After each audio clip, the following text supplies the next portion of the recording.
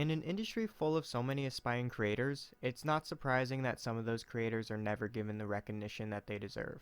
And as more and more artists try to make their influence on the industry, more talented artists will inevitably be overlooked.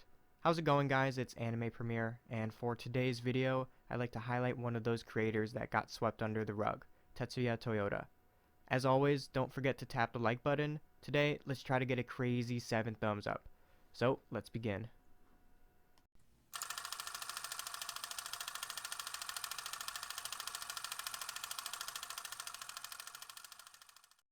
So Tetsuya Toyoda was born on November 30th, 1966 in Ibaraki Prefecture.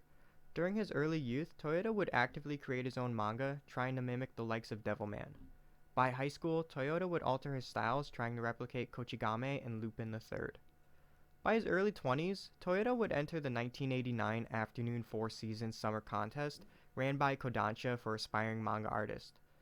His titled work, I Don't Want to Live in a Town Without Dogs, would help him land a spot in the semifinals, however, he would not debut.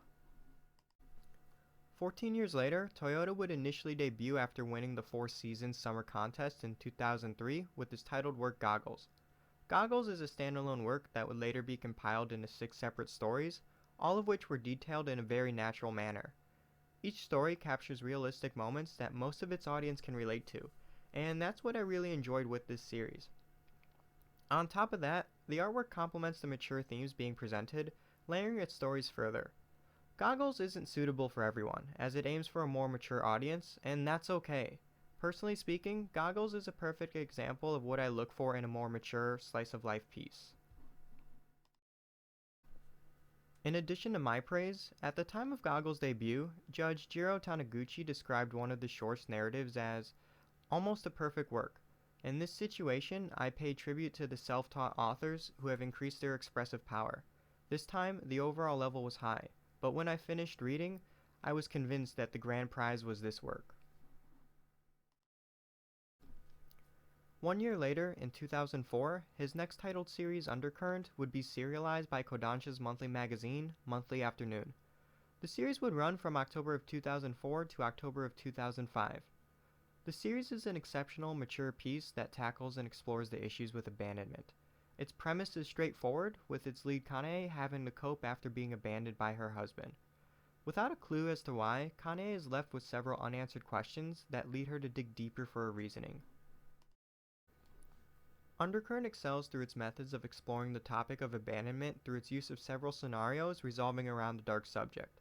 Its accurate portrayal on the topic also assisted in impacting and acknowledging its audience on the issue.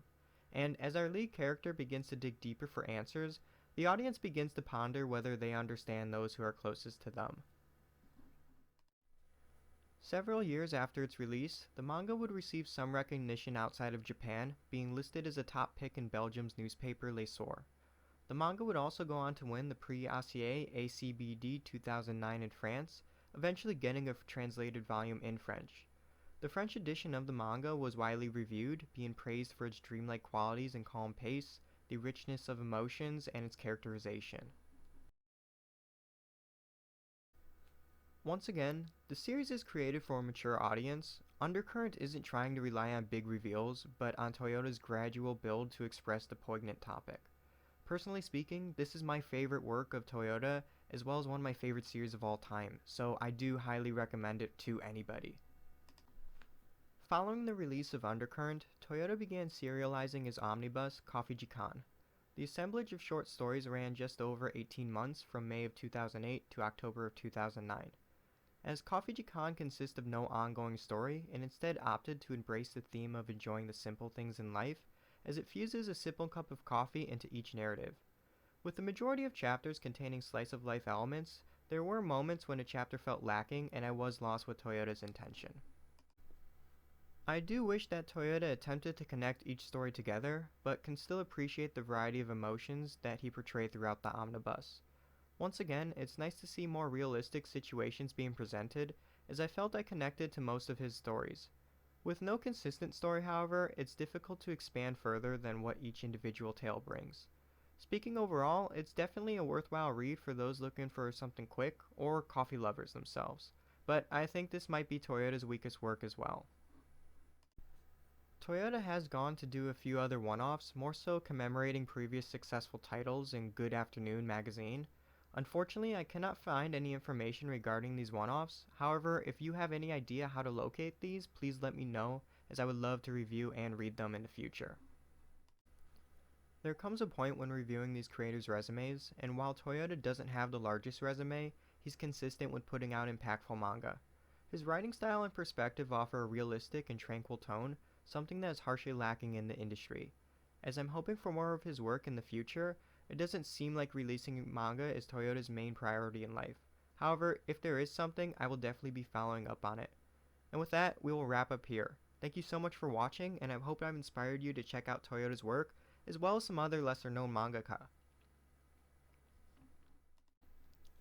Thank you so much for sticking to the end. If there's any other topics you'd like me to cover in the future, please comment down below. In the meantime, check out some of my other videos, and until next time.